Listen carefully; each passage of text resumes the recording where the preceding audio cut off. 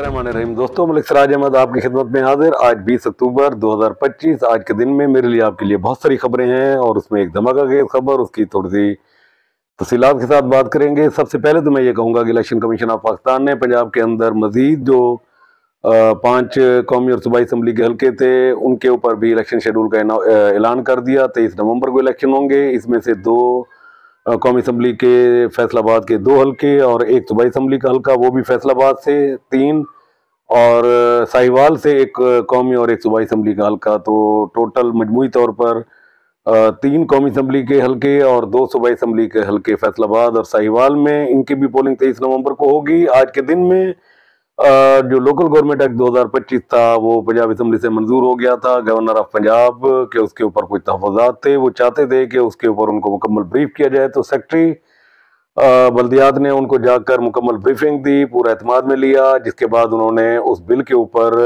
अपने दस्तखत कर दिए गवर्नर ऑफ पंजाब ने। तो लिहाजा अब ये मुकम्मल एक कानून बन चुका है। इसकी कमोबेश तफसीलात वही हैं, इसके अंदर कोई चेंजिंग नहीं हुई, लेकिन हम इसके ऊपर एक मुकम्मल प्रोग्राम करेंगे आइंदा 1-2 रोज के अंदर, जब इसकी गजट जो है ना, इसका प्रॉपर ऑफिशियल इसकी कॉपी आ जाएगी तो उसकी तमाम तर जुजियात के साथ आपके साथ बात करेंगे, ताकि आपके अंदर कोई वहम बाकी ना रहे। तो बगैर वार्ड के यूनियन काउंसिलें होंगी और 13 उम्मीदवार और 13 जो है ना काउंसलर होंगे, जिनमें से 9 जनरल काउंसलर और 4 मखसूस नशिस्तें होंगी। मज़ीद तफसीलात इंशाल्लाह हम आपको इसके साथ साथ करेंगे। इसके साथ ही जो आज 20 अक्टूबर है, 20 अक्टूबर के हवाले से मैं बताता चलूँ कि 20 अक्टूबर 2010 को लगारी कबाइल के चीफ और साबिक सदर पाकिस्तान सरदार फारूक अहमद खान लगारी का इंतकाल हुआ था। उनकी आज बरसी थी और छोटी देरी में प्रेसिडेंट हाउस के अंदर उनकी बरसी की दुआया तकरीब हुई। और इस दुआया तकरीब के अंदर मौजूदा जो लगारी कबाइल के चीफ हैं सरदार जमाल खान लगारी, उन्होंने आए हुए लोगों से खिताब करते हुए अपनी गुफ्तगू के दौरान जो कहा, वो एक बहुत अहम ऐलान था। एक ऐसा ऐलान जिसके ऊपर काफ़ी दिनों से लगाजी खान के सियासी हल्कों के अंदर एक बहस जारी थी। इवन के कुछ जगहों पर कशीदगी तक, जो सियासी नोक झोंक थी, सियासी कशीदगी तक बात पहुंच गई थी और बात मजीद तलखी की तरफ बढ़ती जा रही थी। आज उन्होंने एक अहम ऐलान करके इस गुफ्तगू को जो है ना ख़त्म किया, इस बहस को ख़त्म किया। तो पहले हम सरदार जमाल खान का जो है ना ये ऐलान सुन लेते हैं। पार्टी टिकट उनको मिल सी जिन्हें कायदीन फैसला करे से। फैसला क्या आ गए या फैसला अजर नहीं आया? अगर फैसला नहीं आया तो मैं बतौर जमाल लगारी को खुशखबरी देना, टिकट महमूद कादर को मिल चुके। लगारी कबाइल के चीफ सरदार जमाल खान लगारी, उन्होंने अपने खिताब में ये कहा कि चेमगोइयाँ हो रही हैं, क्या आसाराइयाँ हो रही हैं, मुख्तलिफ जो है ना लोग इसके ऊपर अपनी बहस कर रहे हैं कि पार्टी का फैसला हुआ नहीं हुआ। तो मैं बतौर लगारी कबाइल के चीफ यहाँ पर आज आप लोगों से खिताब कर रहा हूँ। मैं सरदार जमाल खान आपको ये बताता हूँ कि पाकिस्तान मुस्लिम लीग नून का टिकट महमूद कादर खान लगारी को मिल चुका है। तो ये एक ऑफिशियल अनाउंसमेंट थी लगारी कबाइल के चीफ की तरफ से। फेडरल मिनिस्टर सरदार अवैस अहमद खान लगारी के बड़े भाई सरदार अमान खान लगारी के ताया और लगारी जो MPs MNAs हैं उनके धड़े के उनके सरपरस्त और लगारी कबाइल के बड़े सरदार जमाल खान लगारी, उन्होंने बड़ी जिम्मेदाराना अंदाज में और उसको एक बड़ी अच्छी गुफ्तगू को उन्होंने रुख दिया और कहा कि जी अनीफ खान पिताफी भी हमारे भाई हैं, हमारी पार्टी से MP हैं और हम जो है ना जब वक्त आएगा तो उनके पास जाएंगे और उनको पार्टी के उम्मीदवार के लिए उनसे रिक्वेस्ट करेंगे कि जी आप लोग पार्टी के उम्मीदवार को जितवाने के लिए अपना रोल अदा करें। एक महज़ब, एक सुलझे अंदाज में एक बड़ी अनाउंसमेंट उन्होंने की। डेरा गाजी खान में जो काफ़ी दिनों से एक बहस जारी थी उसको उन्होंने इख्तिताम पजीर किया। कोई गुंजाइश बाकी नहीं रही अब इस बात के ऊपर कि मुस्लिम लीग नून का टिकट किसको मिलेगा। लगारी ग्रुप पहले दिन से कॉन्फिडेंट था। मैं अपने मुख्तलिफ तजज़ियों में आपसे बार बार कह रहा था कि आप जब भी मुस्लिम लीग नून के टिकट की बात करें तो आपको एक चीज़ ध्यान में रखनी चाहिए, और वो डेरा गाजी खान में मुस्लिम लीग, डेरा गाजी खान क्या जनूबी पंजाब कह लें आप, कि यहाँ पर मुस्लिम लीग नून की जब आप सियासत की बात करेंगे तो मुस्लिम लीग नून का एक ट्रम्प कार्ड आपको नहीं भूलना चाहिए। और वो ट्रम्प कार्ड कोई और नहीं, फेडरल मिनिस्टर सरदार अवैस अहमद खान लगारी जो पाकिस्तान मुस्लिम लीग नून पंजाब के सेक्रेटरी जनरल भी हैं, तो खिलाफ अकल थी ये बात। किसी तजिए जो कर रहे थे लोग, मुझे समझ नहीं आती थी कि एक सिटिंग सेक्रेटरी जनरल जो फेडरल मिनिस्टर भी है और उसके अपने डिस्ट्रिक्ट की सीट, और वो सीट जिसके ऊपर वो खुद एमएनए रह चुके हों, उनके वालिद एमएनए रह चुके हों, तो उनको बाईपास करके ये टिकट किसी और को कैसे दी जा सकती है। मैंने एक दफ़ा इसके मेरिट और डीमेरिट्स के ऊपर भी बात की थी। मैंने कहा था कि इस नशिस्त के ऊपर दो क्लेम बनते हैं। सबसे पहले लगारी ग्रुप का कि सरदार फारूक खान मुसलसल बनते रहे, दो दफ़ा फिर अवैस खान बने, सरदार अवैस खान, और फिर एक दफ़ा सेनेटर डॉक्टर हाफिज अब्दुल करीम। तो डॉक्टर हाफिज अब्दुल करीम का भी क्लेम बनता है और लगारी ग्रुप का भी। इसके अलावा मैं कहता था कि मुझे नहीं समझ आती कि कोई और टिकट का दावेदार कैसे हो सकता है। तो वही हुआ, हमारी बात ठीक हुई। जो पॉलिटिकल पार्टीज होती हैं वो हमेशा ग्रुप्स के साथ, ग्रुप्स जो होते हैं उनके, जो उनके पुराने लोग होते हैं उनके साथ वो उनको लेकर चल रही होती हैं। ये कभी नहीं हुआ होता कि आप इस तरह के हल्के जहाँ पर लोगों की धड़े बन जाएं, बिरादरियां, कौमियतें बैठी हों, और फिर आप टिकट एक ऐसी पर्सनैलिटी को दे दें जिसके मुतालिक उसका कोई प्रोफाइल ना हो। तो नहीं बनता था वो। बहरहाल हमारे तजज़िये, हमारे अंदाजे ठीक थे कि फैसला उसामा अब्दुल करीम और सरदार महमूद कादर खान लगारी के दरमियान होगा। मैं कन्विंस था इस बात के ऊपर कि इस पे जो मुझे पलड़ा भारी नजर आता था वो महमूद कादर खान लगारी का नजर आता था। वजह सरदार अवैस अहमद खान लगारी, वजह लगारी ग्रुप, और अगर उनको ना मिलती तो फिर ज़ाहिर है उसामा अब्दुल करीम ही थे। अब मेरा आज जो सवाल था वो ये था कि वो लोग जो टिकट के ख्वाहिशमंद थे और उनकी जज्बाती गुफ्तगू, उनके मीडिया ग्रुप्स की एक हिजान अंगेज किस्म की पोस्टें, और एक ऐसी फिजा बन गई कि समझ में नहीं आई कि यार ये इलेक्शन होने जा रहा है या आप किसी महादारे की तरफ बढ़ रहे हैं। तो क्या हासिल हुआ? सियासत में हमेशा बातचीत का रास्ता खुला रखा जाता है, दरवाजे खिड़कियां खुली रखी जाती हैं, गुफ्तगू जारी रहती है। बदतरीन सियासी मुखालिफ के साथ भी एक इज्जत व एहतराम का रिश्ता होता है। आप जेंटलमैन तरीके से गुफ्तगू कर रहे होते हैं। लेकिन इस वक्त मैं जो मुखातिब हूँ वो हनीफ पिताफी ग्रुप की तरफ हूँ कि हनीफ खान पिताफी खुद एक बड़े कूल माइंडेड आदमी हैं, और उनका ज़ाती तौर पर किसी से कोई इख्तलाफ इस सच गुफ्तगू की हद तक तो नहीं होता, लेकिन उनकी जो टीम है कम से कम उनको अपनी टीम को कंट्रोल करना चाहिए। कि पिताफी साहब जो सपोर्टर लिख रहा होता है उसके लिखने का अंदाज कुछ और होता है। जो आपकी पेड सोशल मीडिया टीम होती है, जब वो एक एग्रेशन के मूड में आती है तो उसका तमाम तर मलबा आपके ऊपर आता है, आपके कंधों पर आता है।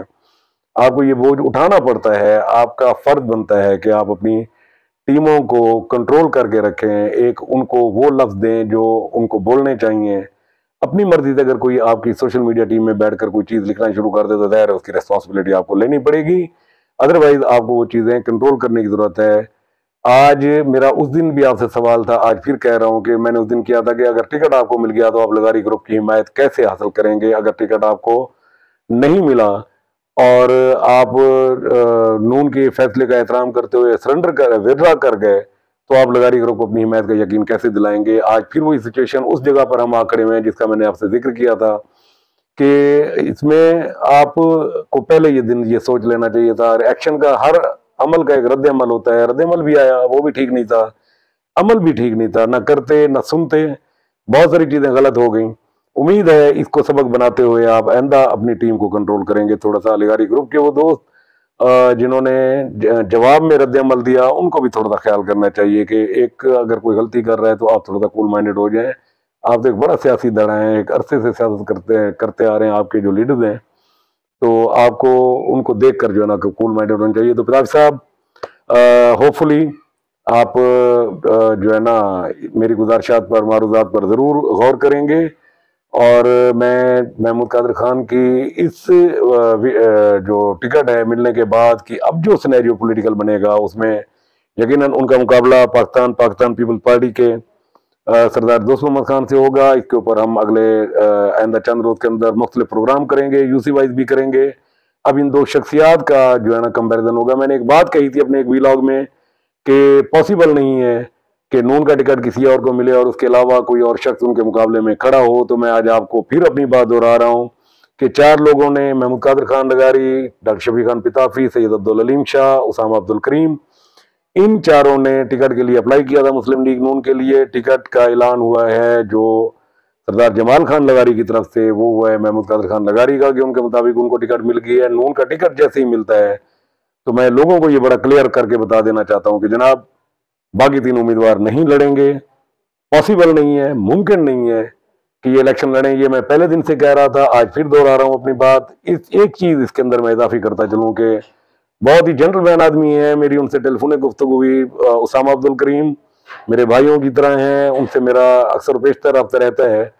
तो अब से 1-2 रोज कबल भी उनसे मेरी बड़ी तवील टेलीफोनिक गुफ्तगू हुई, वो लाहौर में थे। उनका बड़ा ही एक जेंटलमैन वाली एक स्टेटमेंट थी, वो वही थी जो उनके वालिद साहब की थी। सेनेटर साहब से भी मेरी बात हुई थी कुछ दिन कबल कि हम पार्टी फैसले का एहतराम करेंगे, पार्टी ने टिकट दिया तो इलेक्शन लड़ेंगे, पार्टी ने किसी और के हक में दिया, ऐलान किया तो हम बगैर कोई इतराज किए हम उनकी हिमायत करेंगे और उनको जाकर उनकी इलेक्शन कैंपेन का हिस्सा बनेंगे। उसामा अब्दुल करीम का ये कहना था कि मैं और मेरे दोस्त हम पार्टी के हर फैसले को मानने के लिए तैयार हैं, अगर किसी और के हक में आता है तो हम उनकी कैंपेन भी चलाएंगे और उनको साबित भी करेंगे कि जनाब हम जो है ना पार्टी फैसले का एहतराम कर रहे हैं। तो बहुत एक जेंटलमैन स्टेटमेंट थी उनकी मेरे साथ। उन्होंने मुझे कमिटमेंट की थी कि जी ऐसे ही है। उसका ये होता है कि आप अपना जर्नलिस्ट को या दूसरे लोगों को आप अपनी एक पोजीशन बता रहे होते हैं कि हम फ्यूचर में करने क्या जा रहे हैं, तो एक बड़ी चीज होती है कि आप अपने आप को एक डिसिप्लिन का पाबंद शो कर रहे होते हैं और आप उस डिसिप्लिन के पाबंद होते हैं और फिर अमल भी करते हैं। तो मैं अप्रिशिएट करूंगा उसामा अब्दुल करीम को। मैं रिक्वेस्ट करूंगा पितावी साहब से कि सोशल मीडिया टीम को थोड़ा सा, जो पेड है उनको थोड़ा सा ख्याल करना चाहिए, इस तरह मत करें। आप लोगों ने इकट्ठे मिलकर चलना होता है, फ्यूचर की पॉलिटिक्स है। अभी 3.5 साल अगर आप अपनी सोशल मीडिया को टीम को कंट्रोल कर लेंगे तो वो बहुत कुछ जो आपके अब हाथों में बाकी बचा है या जो कुछ बचा है तो वो बच जाएगा। अगर यही सोशल मीडिया टीम का रवैया रहा तो बंद मुट्ठी को जितना आप सख्ती से भी दबा लें, जो रेत निकलनी है वो निकल चुकी है और जो बाकी बची है वो भी शायद कहीं निकल ना जाए।